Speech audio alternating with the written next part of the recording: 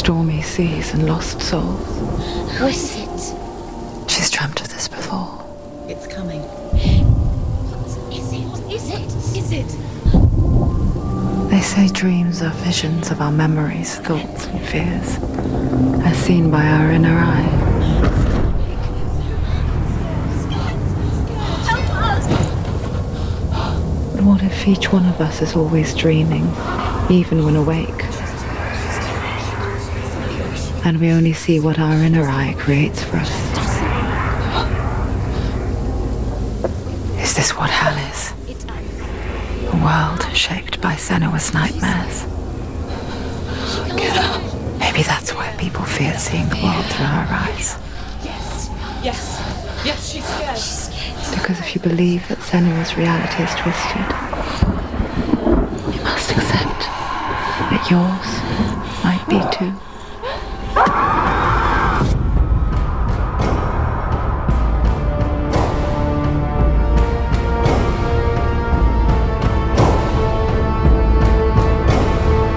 Hellblade: Senua's Sacrifice is a video game about Senua, a Celtic warrior on a vision quest into Viking territory.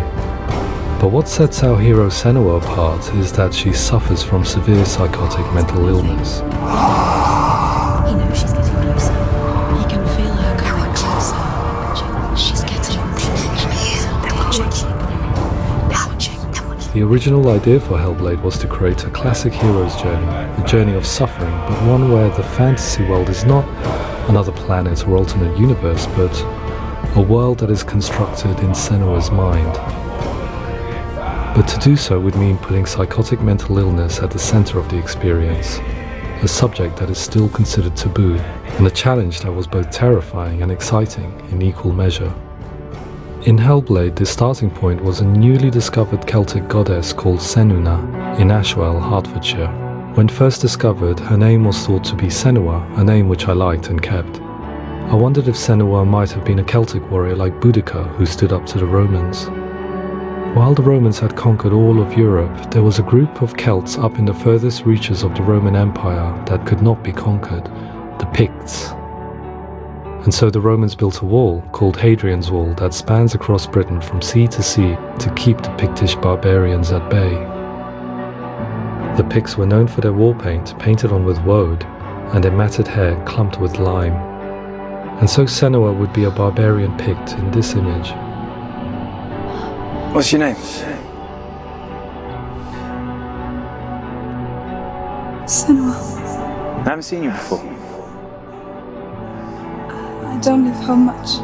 Oh, Zeno's daughter. I have to go. Wait! Orkney is off the coast of Scotland and was inhabited by the Picts, steeped in history and mystery, and so I made Orkney Senua's home and set the stage for a crisis.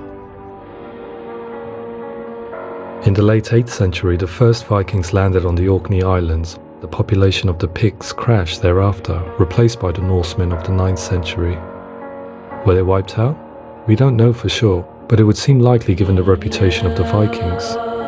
The Northmen's brutality is legendary. High-ranking leaders and chieftains of the tribes they conquered were often offered as sacrifice to their gods. The most brutal of these sacrifices was known as the Blood Eagle. I imagine Senua as a young female warrior who returns home from exile to find her partner, Dillion, brutally sacrificed to a Norse god by these hellish warriors from a faraway land. I imagine the horror of this moment and how it would have dragged her deep into mental torment.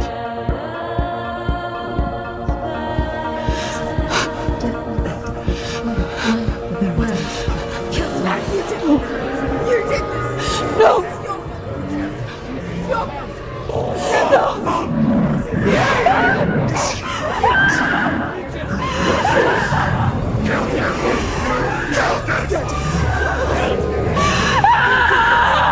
I came to learn that the Celts had a sophisticated and nuanced perspective on the nature of mental disorder. One term they used was Gelt.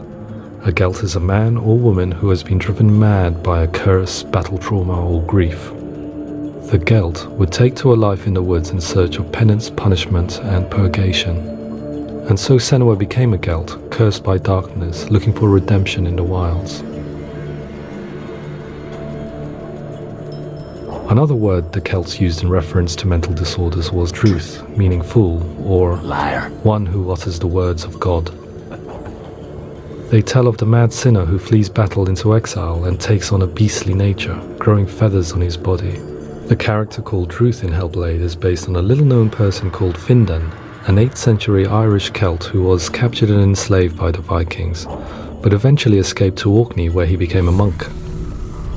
I will tell you my stories of hell, if I may walk with you. Upon meeting Senua, it would be his stories that fuel her quest deep into their world of gods. The Northmen say the world will come to an end. The sun will grow black, the earth will sink into the sea, the stars will disappear, fire and water will meet, flames will play against the sky, the heavens and earth and all the world will be burned, all the gods will be dead, and the warriors of Valhalla and people everywhere. Senua, prepare yourself for Ragnarok, for it is nigh. So the stage was set for a new adventure, a journey into the Norse underworld called Hell, a vision quest fueled by madness and myth, a fantasy that was created by Senua's own mind, and one that we would experience through her eyes. This is your mission. This is your quest. There is nothing else left. To make a game about a warrior with psychotic mental illness as its central theme was fraught with danger. Mental illness, such as psychosis, is still taboo and rarely acknowledged in a century of cinema, never mind the new medium of games. Where it does feature, it often conflates psychosis and psychopathy associated with a lack of empathy.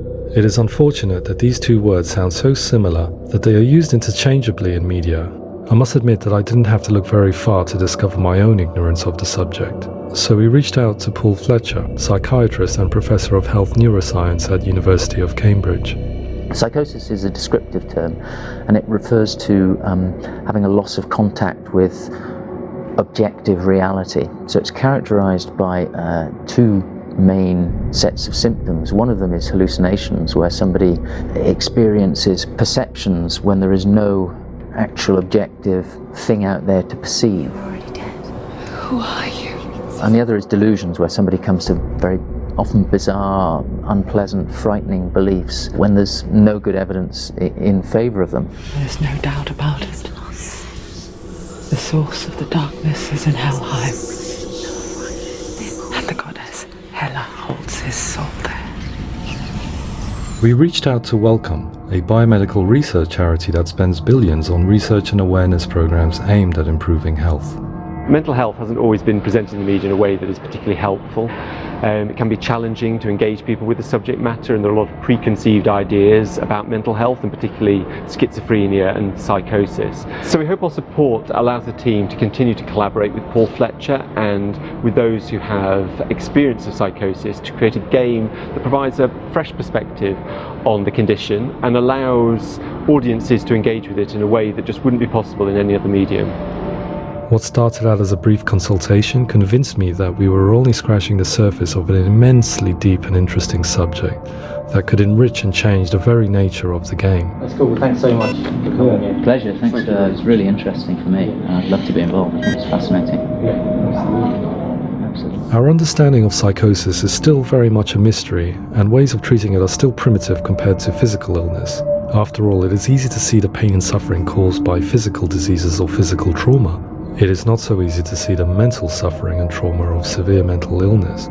But what if we could find a way to see it? Games are capable of drawing you in for hours on end, playing the role of a character who is different from you, experiencing their perspective, and actively involving you in a world that functions with a different set of rules. That voice is not a kind voice. That voice calls you to your death. It's an evil voice. If we were to represent Senua's psychosis, we would have to simulate voice hearing, a common attribute. But how can we simulate something we have no first-hand experience of? Professor Charles Fernyhough, a leading expert in voice hearing from Durham University, offered his help.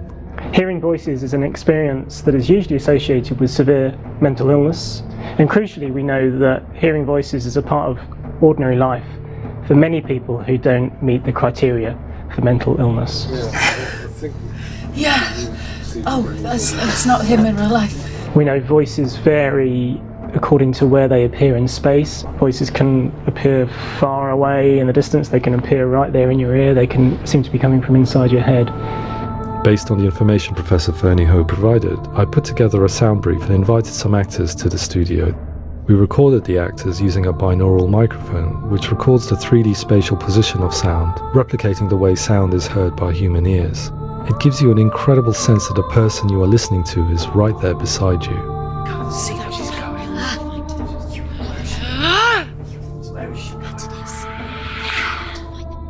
Rachel Waddingham from the Voice Collective came to our studio with 2 young voice hearers to speak to our team. We talked at length about their experiences and they listened to our tests, giving us feedback on how we could improve on it. Everyone hates her.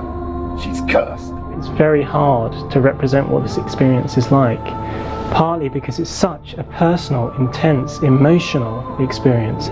It's testament to how Ninja Theory have been listening to what the researchers are saying, but also crucially listening to the experts by experience. What they've come up with is so compelling. It's by far the best representation I've heard of what these experiences are like.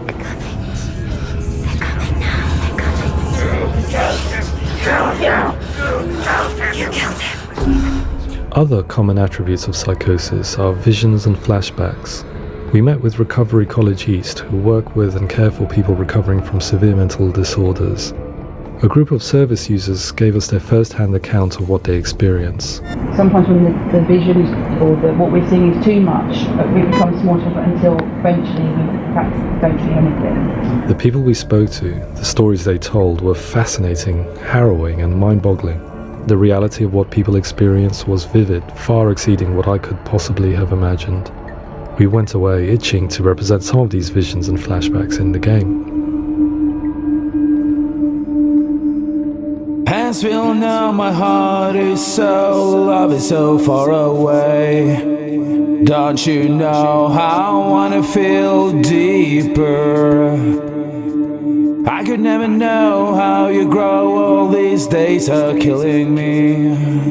Now I see deep in me insanity does unfold.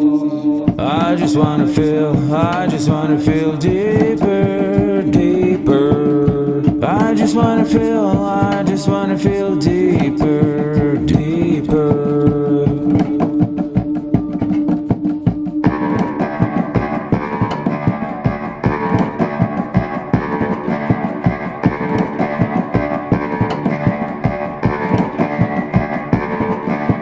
As we all know, my heart is so, love is so far away.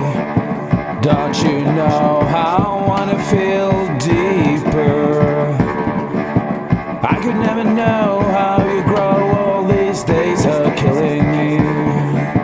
Feel like this, read like this, I just wanna live, that's all.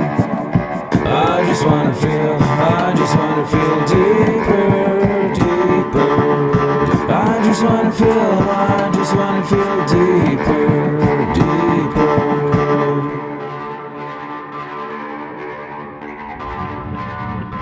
To refine our work, we continue to hold meetings with Recovery College East over the course of a year and a half, showing them what we had achieved so far and refining the in-game representations based on their feedback. With their help, flashbacks, visions and changes in perception were woven into the story and gameplay of Senua. The students that are involved in this project are incredibly excited about being involved. They have described the experience as being important because it values their lived experience and shows that despite what we have been through, all of that experience becomes valid, that actually it's something that we should all be talking about. The experiences described range from beautiful to frightening beyond comprehension. I heard of a girl who has to live with an angry voice screaming at her, slamming on her doors and walls 24 hours a day. I met someone who would often see hanging corpses in a room, so real that she would sometimes try to rescue them. The panic and fear that comes with such visions is entirely understandable, and it can be a living horror for some. Worthless, weak, pathetic. Go on, feel sorry for yourself, because there is no one left to do that for you. I was urged by one fellow that we should not shy away from showing this horror, and so I was perpetually torn in making Hellblade. Had we gone too far with our representations or not far enough? broken and lost. Just like your soul. Come on. There. In some ways, voice hearing and visions were the low-hanging fruit, so to speak. There's another aspect of psychosis that is much harder to explain, but one that I think video games are uniquely able to represent, which are often called delusions. People begin to see patterns in the world. They begin to link things that most people wouldn't link. Most of the things that we might think would be coincidence or, not worth commenting on. Nevertheless, that might have a particular salience or importance for them. One individual described how everyday words, sounds, colours and objects were steeped in meaning to him, forming a strange and sinister puzzle that he was determined to solve but could not quite get to the bottom of. It's not just brain dysfunction. It's not like the system shut down. It's actually an incredibly creative process. The person creates a world populated with voices and phantasms and terrors, and they're completely immersed in it. They believe in it. We often invite people into the studio to play the game. In one of our playtests, they played through much of the game, making associations between runes, secret messages, and the threat of darkness that stalked them. There are many things that happen in the world of Hellblade that make perfect sense within the context of Senua's mind. The dark rot that's killing her slowly from within, the secret runes of the gods that block her path to Helheim, and strange associations that exist in the game to confuse you. To complete Senua's quest, you have to internalize and accept the logic and meaning behind these things to progress. Afterwards, they said that they didn't see much evidence of mental illness in the game. People with delusions of all sorts would argue the same thing, that they are not aware of their experience being abnormal in any way. I need this sword. It's important. Representing perception changes and thinking patterns within Hellblade gives us a set of symptoms common in psychosis. But people with lived experience were keen to emphasize another point, that it is wrong to define a person by their symptoms. Quite often, the illness comes not from the symptoms, but from the stigma, isolation and mistreatment that comes about from the rest of society. They say that I'm cursed. What if they're right? I needed someone to portray Senua, someone who could believably internalize her suffering.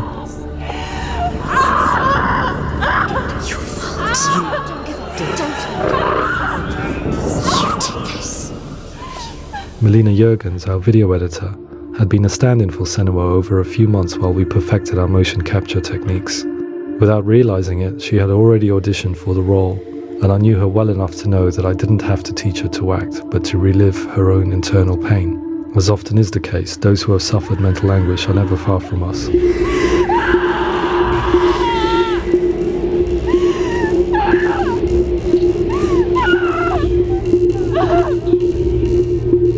My hope is that by creating a compelling and aspirational character in Senua who feels very much real, albeit in a fantasy setting, we can provide a lens into her reality, a different one to yours, and this is where storytelling comes into play. I imagined her life based on common threads in real people's lives. She was always prone to psychosis as a child. Her mother Galina also heard voices and had visions, so perhaps there was a genetic aspect. Or perhaps it was cultural, as she lived within a world without science, of gods and superstition, as exemplified by her druid father Zimbal.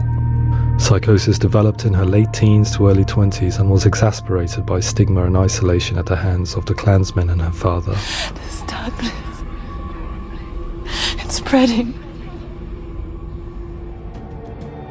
The trauma of seeing her lover Dillian sacrificed tips her over the edge, making her remodel her reality around a concept that connects everything: the darkness. So the question, is what Senua experiences real? Can only be answered by saying, yes, it is real. It is her reality. All of her suffering will have been for nothing. It's just a matter of time.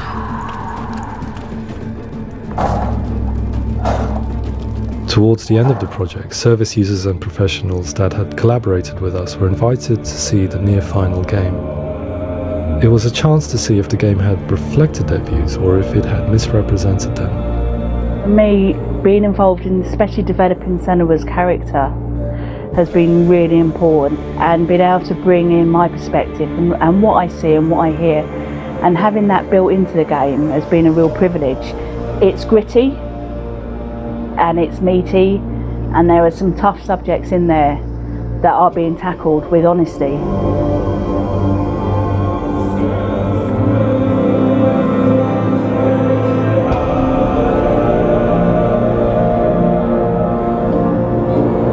I was blown away by it today, absolutely blown away. It was just fantastic to get the opportunity to use our lived experience in a very creative way. There's nothing tokenistic about the work we've put in. It feels like we've been listened to, things have been taken on board, and I think there was a lot of realism in the game itself, and it feels very authentic.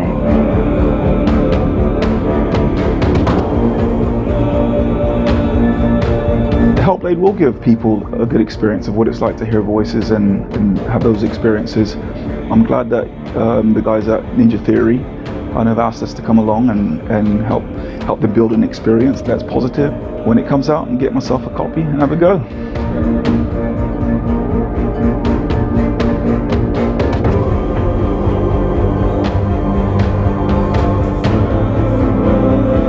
I think all the way through I was really inspired by how the conversations have translated into the game in a way that I think I didn't imagine was possible. So wonderful, really wonderful.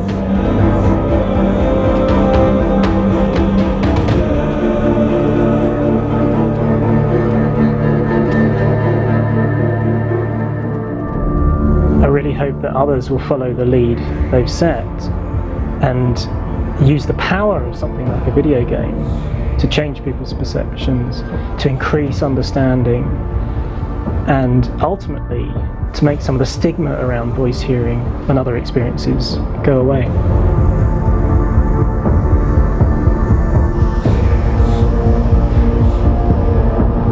For me, it was really exciting to see something that I explore scientifically being represented so beautifully in a character who's trying to penetrate the mysteries of the environment in which they've been placed, with all of this strange uncertainty and noise and conflicting information that they're getting. I'm very excited by this way of trying to represent mental illness, because I think it actually might be offering us insights that we wouldn't get from pure scientific explorations, and actually giving us quite an empathic view of what it might be like.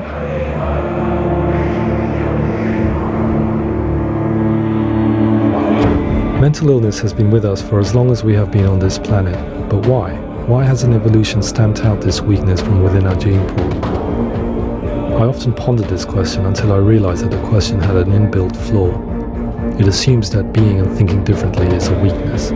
The only reason we have computers, spacecraft, medicine, poetry, art, and yes, even video games is because individuals were able to simulate new abstract realities in their minds and share them with the rest of us. We need people to be willing to see differently in order for us to progress and survive as society.